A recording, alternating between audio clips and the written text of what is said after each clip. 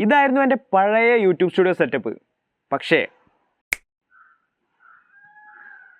മാറിയില്ലേ?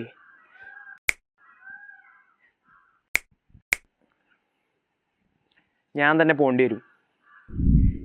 ഇതാണ് എൻ്റെ പുതിയ യൂട്യൂബ് വീഡിയോ സെറ്റപ്പ്. ഇവിടെ കുറച്ചുകൂടി ഡ്രാമാറ്റിക് ലൈറ്റിംഗ് ഉണ്ട്, കുറച്ചുകൂടി ക്ലീനർ ആൻഡ് നോയ്സ്ലെസ് സൗണ്ട് ഉണ്ട്.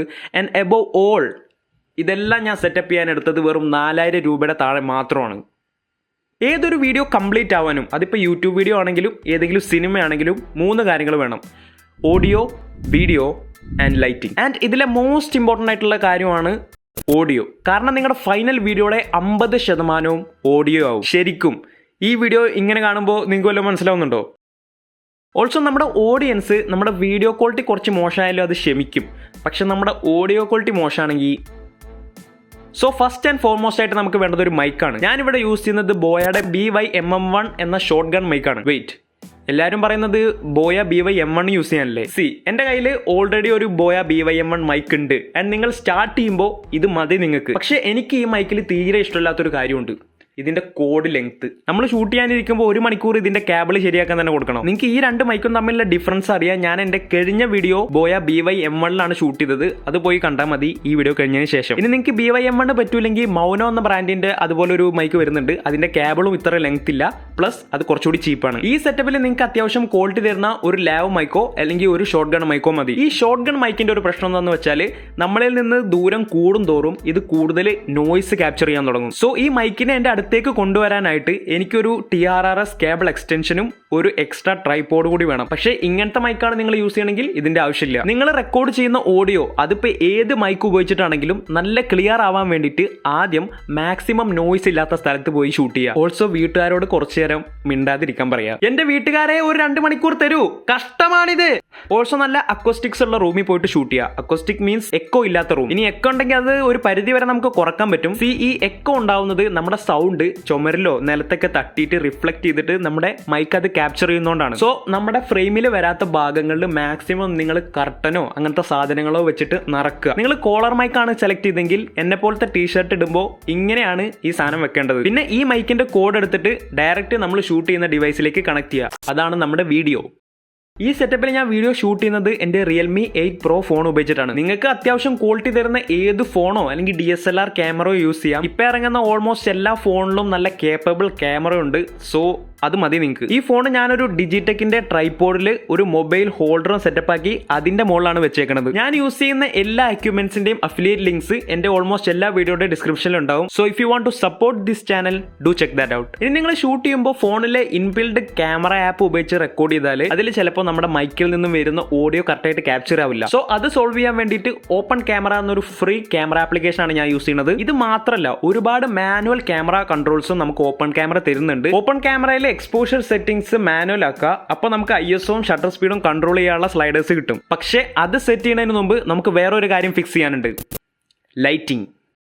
ഇവിടെ ലൈറ്റിങ്ങിന് വരുന്ന ഒരു പ്രശ്നം എന്താണെന്ന് വെച്ചാൽ നമ്മുടെ ഫോണിലെ ക്യാമറ സെൻസേഴ്സ് DSLR ക്യാമറയുടെ അത്ര വലുപ്പം ഇല്ലാത്തതുകൊണ്ട് അധികം ലൈറ്റ് ഇതിന് ക്യാപ്ചർ ചെയ്യാൻ പറ്റില്ല. സോ മൊബൈൽ ക്രിയേറ്റേഴ്സ് എന്ത് ചെയ്യണം? കൂടുതൽ ലൈറ്റ് അവരുടെ സ്റ്റുഡിയോയിൽ ഇടണം. ഇനി നിങ്ങൾക്ക് ഈ ലൈറ്റിംഗ് സെറ്റപ്പ് ഒന്നും ഇല്ലാതെയും വീഡിയോ ഷൂട്ട് ചെയ്യാം. അതെങ്ങനെയാണെന്ന് ഞാൻ വീഡിയോയുടെ എൻഡിൽ പറഞ്ഞുതരാം. ഞാനിവിടെ യൂസ് ചെയ്യുന്നത് ഒരു സിംഗിൾ പോയിന്റ് ലൈറ്റിംഗ് സെറ്റപ്പ് ആണ്. അതായത് എന്നെ ലൈറ്റ് ചെയ്യാൻ ഇവിടെ ഒരു ലൈറ്റ് സോഴ്സ് മാത്രമേ ഉള്ളൂ. നിങ്ങൾക്കൊരു 50 വാട്ടിന് മുകളിലുള്ള ഏതെങ്കിലും ഒരു LED ബൾബ് യൂസ് ചെയ്യാം. ഈ ബൾബ് വെക്കാൻ ഞാനൊരു ലൈറ്റ് സ്റ്റാൻഡും പിന്നെ ഒരു ലൈറ്റ് ഹോൾഡറും യൂസ് ചെയ്യുന്നുണ്ട്. പക്ഷേ പ്രോബ്ലം എന്താണെന്ന് വെച്ചാൽ നമ്മുടെ ലൈറ്റ് ഹോൾഡർ E27 ടൈപ്പ് ആണ്. പക്ഷേ ഇന്ത്യയിൽ കിട്ടുന്ന ഓൾമോസ്റ്റ് എല്ലാ LED ബൾബിന്റെയും ബേസ് B22 ടൈപ്പ് ആയിരിക്കും. അപ്പൊ നമുക്ക് ഈ B22നെ E27 ആക്കാൻ വേണ്ടിയിട്ട് ഒരു അഡാപ്റ്റർ യൂസ് ചെയ്യണം. നിങ്ങളുടെ നാട്ടിലുള്ള ഏതെങ്കിലും ഒരു ഇലക്ട്രിക് ഷോപ്പിൽ ചെന്ന് ചോദിച്ചാൽ ഒരു 40-50 രൂപയ്ക്ക് ഈ സാധനം കയ്യിൽ കിട്ടും.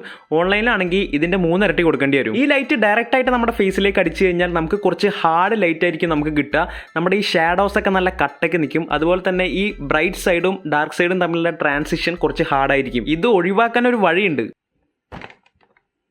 ഞാൻ ഈ ബൾബിന്റെ ഫ്രണ്ടിൽ ഒരു അംബ്രല്ല വെച്ചിട്ടുണ്ട്. ഈ അംബ്രല്ല ഈ ലൈറ്റിനെ ഡിഫ്യൂസ് ചെയ്തിട്ട് നമുക്കൊരു സോഫ്റ്റ് ലൈറ്റിംഗ് തരും. പക്ഷേ ഈ ഡിഫ്യൂഷന് വേണ്ടിയിട്ട് ഈ അംബ്രല്ല തന്നെ യൂസ് ചെയ്യണമെന്ന് ഒരു നിർബന്ധമില്ല.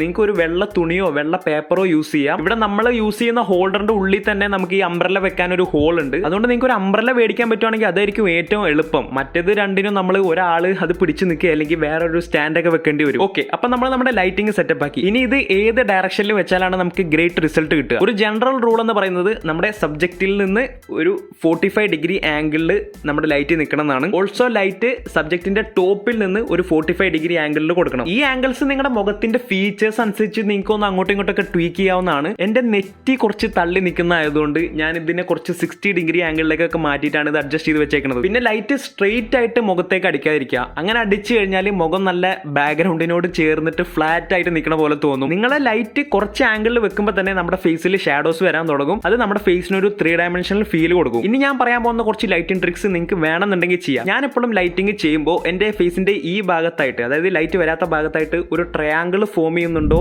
എന്ന് നോക്കാറുണ്ട്. ഇതിനെന്തോ ഒരു പേര് റെംബ്രാൻഡ് ലൈറ്റിംഗ്. ഇതൊരു സിനിമാറ്റിക് ലൈറ്റിംഗ് ടെക്നിക്കാണ്. ഓൾസോ നമ്മൾ ഈ ലൈറ്റ് മാത്രം യൂസ് ചെയ്യുമ്പോൾ ഈ സൈഡിൽ കുറച്ച് ഡാർക്ക് ഷാഡോ ആണ് വരിക. ഇത്രയും ഡാർക്ക്നെസ് നിങ്ങൾക്ക് ഈ സൈഡിൽ വേണ്ടെന്നുണ്ടെങ്കിൽ ഒരു ബൾബ് കൂടി നിങ്ങൾക്ക് അവിടെ വെച്ചിട്ട് ഒരു ലൈറ്റ് സോഴ്സ് ഉണ്ടാക്കാം. അത് പക്ഷേ ഇതിന്റെ അത്ര ബ്രൈറ്റ് ആവാൻ പാടില്ല. അതിനെ നമ്മൾ ഫിൽ ലൈറ്റ് എന്ന് വിളിക്കും, ഇതിനെ കീ ലൈറ്റ് എന്ന് വിളിക്കും. ഇനി ലൈറ്റ് ഇല്ലാതെ തന്നെ ഈ ഷാഡോസ് കുറക്കാൻ ഒരു വഴിയുണ്ട്. അതിന് നമുക്ക് പേപ്പറോ തെർമോക്കോളോ ഉപയോഗിച്ചിട്ട് ഒരു റിഫ്ലക്ടർ ഉണ്ടാക്കേണ്ടി വരും. ഇവിടെ ഞാൻ തന്നെ എൻ്റെ കൈ കൊണ്ട് നിർമ്മിച്ച ഒരു DIY തെർമോക്കോൾ റിഫ്ലക്ടർ ഉപയോഗിച്ചിട്ടാണ് ഞാൻ ലൈറ്റ് റിഫ്ലക്ട് ചെയ്യുന്നത്. ഇപ്പോൾ നിങ്ങൾ ഇത് കാണുമ്പോൾ തന്നെ നിങ്ങൾക്ക് മനസ്സിലാവും. ഇതിന്മേൽ തട്ടിയിട്ട് ലൈറ്റ് റിഫ്ലക്ട് ചെയ്തിട്ട് ഇവിടെ കുറച്ചുകൂടി ഇതിനോട് സാമ്യമായിട്ട് വരുന്നുണ്ട് ഡാർക്ക്നെസ്. അത് നമുക്ക് അവിടെ തന്നെ വെക്കാം. പിന്നെ നിങ്ങൾ ശ്രദ്ധിക്കേണ്ട, ഞാൻ ശ്രദ്ധിക്കാതെ പോയ ഒരു കാര്യം, നിങ്ങളുടെ ബൾബിന്റെ സൈസ്. നിങ്ങളുടെ ബൾബിന്റെ സൈസ് നല്ല ഓവർ ആവാതിരിക്കാൻ നിങ്ങൾ ശ്രദ്ധിക്കണം. അങ്ങനെ ഓവറായ എന്താ പ്രശ്നം എന്ന് വെച്ചാൽ ഈ അംബ്രല വെക്കാനുള്ള ഹോളിലേക്ക് അംബ്രല കയറില്ല ഇതിന്റെ സൈസ് കാരണം. ഇൻട്രസ്റ്റിംഗ് ആയിട്ടുള്ള ഒരു കാര്യം പറയാം. നിങ്ങൾക്ക് ഈ ലൈറ്റിംഗ് സെറ്റപ്പിന്റെ ഒന്നും ആവശ്യമില്ല. ദൈവം നമ്മളെപ്പോലുള്ള ക്രിയേറ്റേഴ്സിന് വേണ്ടിയിട്ട് ഉണ്ടാക്കി വെച്ചിട്ടുള്ള ഒരു സാധനമുണ്ട്, സൂര്യൻ. ആൻഡ് എൻ്റെ പണ്ടത്തെ എല്ലാ വീഡിയോസും സൺലൈറ്റ് ഉപയോഗിച്ചിട്ടാണ് ചെയ്തിരിക്കുന്നത്. I just love natural light. പക്ഷെ അതിന്റെ ഒരു പ്രശ്നം എന്താണെന്ന് വെച്ചാൽ നമുക്ക് തോന്നുമ്പോൾ പോയിട്ട് ഷൂട്ട് ചെയ്യാൻ പറ്റില്ല. അതിന് സൂര്യനും അന്തരീക്ഷവും കൂടി വിചാരിക്കണം. ഈ ലൈറ്റിംഗ് സെറ്റപ്പിൽ നമുക്ക് ഏത് പാതിരാത്രി വേണമെങ്കിലും ഷൂട്ട് ചെയ്യാം. ഞാനിപ്പോൾ അത് ചെയ്തുകൊണ്ടിരിക്കുകയാണ്.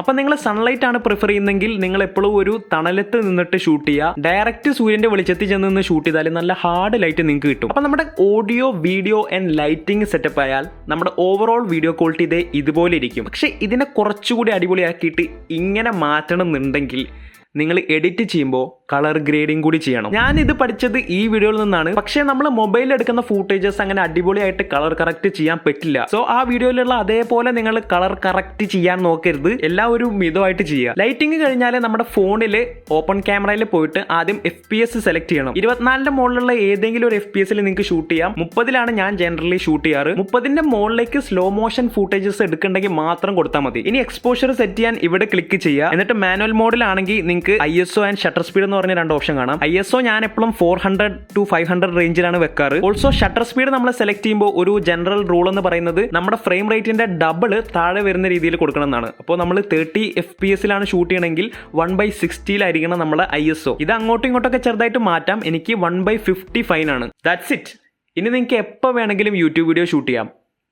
ബട്ട് വെയിറ്റ്, ഈ ഷൂട്ട് ചെയ്ത വീഡിയോ കറക്റ്റായിട്ട് എങ്ങനെ യൂട്യൂബിലേക്ക് അപ്ലോഡ് ചെയ്യാന്ന് അറിയണ്ടേ? ഈ വീഡിയോ കണ്ടാൽ മതി.